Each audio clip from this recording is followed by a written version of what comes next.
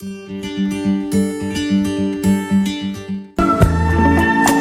la neige et mon cœur s'habille de noir. Sabe que los sudamericanos hacen muchos gestos para hablar. Y yo veía en la casa de enfrente, contra la luz tamizada de una pantalla roja de muy mal gusto, a unas personas discutiendo, gesticulando. Era invierno y las ventanas estaban cerradas. Yo, conmovida, le dije a mi madre: pobre los vecinos de enfrente, son sordomudos. Llegó la primavera. Un domingo yo estaba asomada en la ventana y los vi gesticulando como siempre, pero también oí su voz: mamá, el vecino de enfrente habla. Así, de esta manera empezaron las cosas.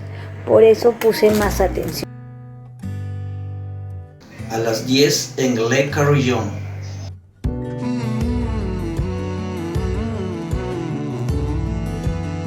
Después de la publicación del Trilce, Vallejo continuó enseñando en Lima, pero en la primavera de 1923 se le notificó que su puesto había sido eliminado. Al mismo tiempo, aún se sentía en peligro de verse obligado a regresar a la cárcel de Trujillo, y decidió aceptar la invitación de su amigo Julio Gálvez, sobrino de Antenor Orrego, para ir juntos a París. Vallejo casi muere de hambre en París. Vallejo fue internado brevemente por hemorroides sangrantes. Tradujo al español un libro sobre el Perú por 1.000 francos y conoció a los españoles Juan Gris y Larrea y al chileno Vicente Huidobro. En 1925 encontró su primer trabajo estable en una agencia de prensa recién inaugurada. También consiguió una beca mensual de 330 pesetas del gobierno español para continuar sus estudios de Derecho interrumpidos en la Universidad de Madrid. Hizo una primera visita a Madrid para matricularse en la universidad en el otoño de 1925, pero como no estaba obligado a pertenecer en el campus, regresó a París como mediador, donde continuó recibiendo la beca durante 2 años. La beca, más los ingresos por artículos, parece haberle permitido involucrarse en el medio artístico parisino. Vallejo escribió los poemas en prosa. En 1930, viaja de nuevo a España y conoce a los poetas españoles Salinas y Alberti, así como a Unanum y Gerardo Diego. En los primeros días de diciembre fue detenido por la policía en una estación del tren de París, mientras esperaba a una delegación comunista peruana que llegaba de Moscú. Se le ordenó salir de Francia en 3 días. De nuevo regresó a Madrid, donde en 1931 escribió su única novela, El Tusteno. Murió durante una mañana de un 15 de abril de 1938 en la clínica Boulevard Arago de París, donde había ingresado muy enfermo 3 semanas antes, sin que el equipo de 5 médicos encabezado por el afamado doctor Limeiri. Los resultados de las pruebas de sangre y otros análisis clínicos y radiográficos resultaron inútiles para aclarar la causa de su enfermedad. A falta de un diagnóstico médico para explicar la causa de su prematura muerte, abundaron otros diagnósticos, establecidos por sus amigos, poetas, escritores, músicos e historiadores. Dijeron saber que había muerto de tuberculosis, de sífilis, fiebre amarilla o la malaria o paludismo. Diagnósticos que la clínica Arago había descartado en 23 días que estuvo hospitalizado allí. Las enfermedades que sufrió Vallejo eran desconocidas en la medicina. Una se llamó España y la otra enfermedad muy vieja y muy vulnerable, que es el hambre. Vallejo muere a los 46 años, un 15 de abril de 1938, el mal que le quitó la vida hasta ahora es un misterio. Algunos señalan que fue víctima de un paludismo mal curado. Nació el 7 de enero de 1908. Sus padres fueron Alexander Baptiste Philippus y Mariette Travis, dos jóvenes que nunca convivieron ni se casaron. Georgette no llegó a conocer a su padre, quien se alistó en el ejército francés en 1906. Por ese motivo adoptó el apellido Travis de su abuelo materno, en vista de que su madre era aún menor de edad. En 1914, una tuberculosis le ataca los nódulos de sus extremidades inferiores. Ese mismo año estalla la Primera Guerra Mundial y su padre muere tras recibir una grave herida en la batalla de Marne.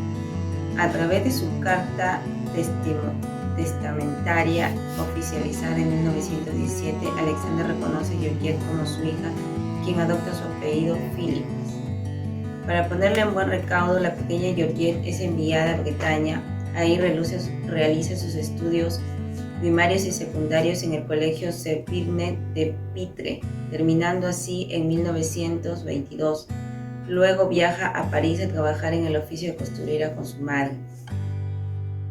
En mayo de 1926, Georgette reafirma conocer a Vallejo, solo de vista, pues nunca se hablaron ni se buscó entablar una conversación, pues en esa época Vallejo tenía una relación amorosa con una joven llamada Henriette, convivencia que llegó a su fin en octubre de 1928.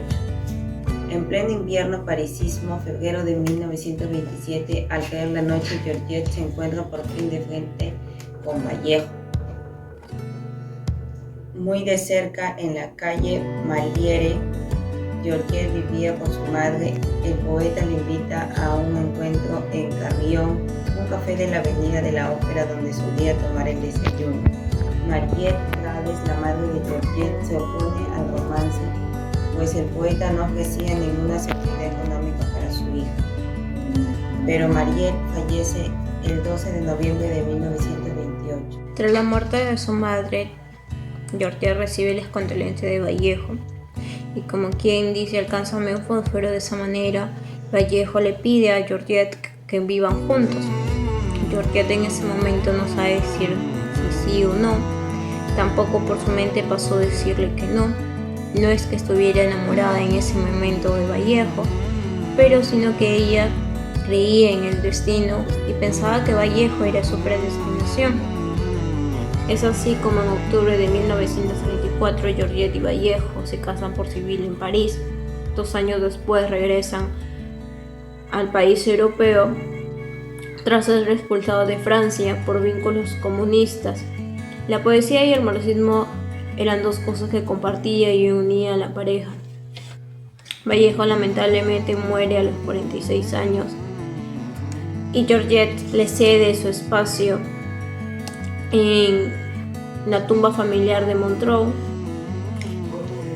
Luego de ello, Georgette decide seguir la huella de Vallejo y emprende un viaje a Perú. Llega al puerto del Callao un domingo 6 de mayo de 1951 y es recibida por Raúl Porras Barrenechea y Sebastián Salazar Bondy, entre otros. Un año después, el 4 de octubre de 1952, ella viaja a Santiago de Chuco. Al llegar a la puerta de la casa del poeta, ella dijo en tono muy entristecido: llego a la casa de Vallejo, pero sin Vallejo. En 1957 o 58, no se tiene la fecha exacta, Porras logra obtener del Ministerio de Educación una pensión vitalicia, con el cual sobrevive la viuda de Vallejo. En Lima, tras una incesante lucha por hacer respetar la vida y obra de nuestro poeta, ella guarda con recelo y contempla de guardián sus obras. Se es conocida a Georgette por su mal carácter que tenía y la irritabilidad con que defendía el legado de su esposo, según lo que nos cuenta pues sus amigos poetas de Vallejo. Es así como ella, con la ayuda de dichos poetas y hoy editoriales, logra publicar obras que Vallejo había escrito antes de morir, pero que lamentablemente no pudo ser publicadas. Así como le llegó el ocaso a Vallejo, a su viuda le tocó también una mañana del mes de noviembre de 1978.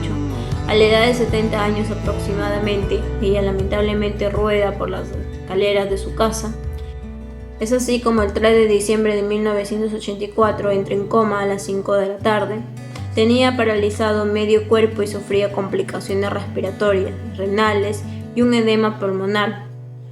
Sus últimas horas la pasó bajo una carpa de oxígeno. Fallece en la madrugada del 4 de diciembre. Fueron las siguientes: Poemas humanos, España aparta de mí este Cádiz, que fue publicado en 1939, Novelas y cuentos completos, publicado en 1967, Obra poética completa en 1968, Contra el secreto profesional en 1973, El arte y la revolución en 1973, Teatro completo en 1979. Gracias a la esposa de César Vallejo, que fue Georgette Philippart de Vallejo, ¿no? Poemas humanos. Poemas humanos es un conjunto de poemas escritos por el poeta César Vallejo entre 1931 y 1937, perteneciente a su etapa de realismo socialista, y que fueron publicados póstumamente, organizados en un volumen bajo la supervisión de Georgette y Raúl Porras Barnechea. España aparta de mí este Cádiz es un poemario escrito por el poeta peruano César Vallejo en los últimos meses de 1937, encuadrado en el realismo socialista, y que fue publicado después de su muerte en 1939. Está formado por un conjunto de 15 poemas, el último de los cuales es el título de la obra. Novela y cuentos completos, publicado en 1967. Consta de 7 ediciones entre novelas y cuentos. Edición supervisada por Georgette de Vallejo. Libro que motiva la investigación por los múltiples aspectos, sin desentrañar. Permite afirmar el gusto por el manejo de las palabras escritas. Eleva la sensibilidad social y disfruta el vuelo de la fantasía narrativa. Tenía 30 años cuando se quedó viuda, pero preservó para toda la posteridad una de las obras literarias más importantes escritas en español, cuidando así el legado de su marido. El amor, cuando es puro y sincero, siempre logra todos sus objetivos. La comunicación, la confianza, es una base fundamental en una relación, para que así pueda perdurar para toda la vida. Vemos que Vallejo siempre la tenía presente a Georgette, escribiéndole lindos poemas. Y César Vallejo se conocieron y todo fue como si ya estuviera escrito como una obra del mismo César Vallejo. Desde ese día no se volvieron a separar hasta el día que la muerte infranqueable lamentablemente los separó, llevándose a César Vallejo antes que a Georgette. Y se podría decir separó de manera corporal, ya que Georgette, a pesar de la muerte de su esposo, nunca lo olvidó, siempre lo tuvo presente. Ese amor siguió dando frutos, ya que ella siguió publicando lo que para Vallejo era su vida, que eran sus obras, haciendo que llegue a la cúspide mundial como el poeta humano. Sus éxitos fueron sus éxitos y las derrotas de Vallejo fueron las derrotas de Georgette. pero lo importante es que siempre se mantuvieron